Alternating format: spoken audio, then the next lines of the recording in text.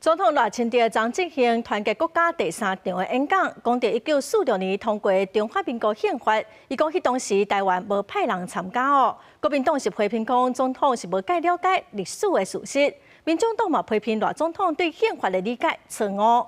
也毋过总统府是回应讲，赖总统的意思是，迄当年制定宪法代表的产生是无经过台湾人民的普选。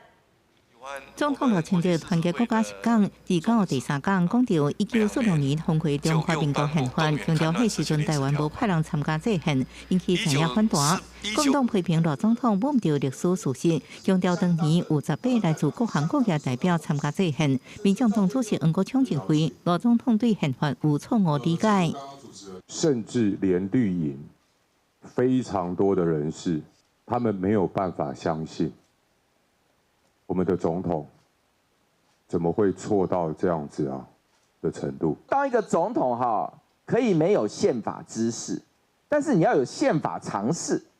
如果你连宪法常识都没有，你起码要学会用 Google 搜索吧。罗志祥批评赖总统10讲是一部电视斗争，为大罢免做功。不过立法环境，不管是55宪草甲制宪大会，台湾代表敢若是被指定被代表，毋是台湾是坐兵器。反对党批评阿北是一头起尾，曲解赖总统的意思。那是经过陈仪钦点的台湾代表，台湾是被代表，而不是真正能够代表台湾的。 实质参与跟实质的民意，针对赖总统第3讲讲到，毋是表决多数就赢的讲法。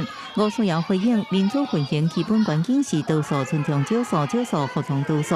不过第这届立法院所看无，这一届立法院只看到多数行使的暴力表决，在每一次的表决之前，该讨论没有讨论。 委员会中心主义被践踏。面对怎样批评，总统府回应，赖总统原意是指，当年制宪代表无经过台湾人民普选产生。台湾虽然有感谢选举产生的制宪国民大会代表，不过对宪法内容的决定无实际参加，一直到前后7摆修宪，台湾人民才用正做修宪的主体。记者综合报道。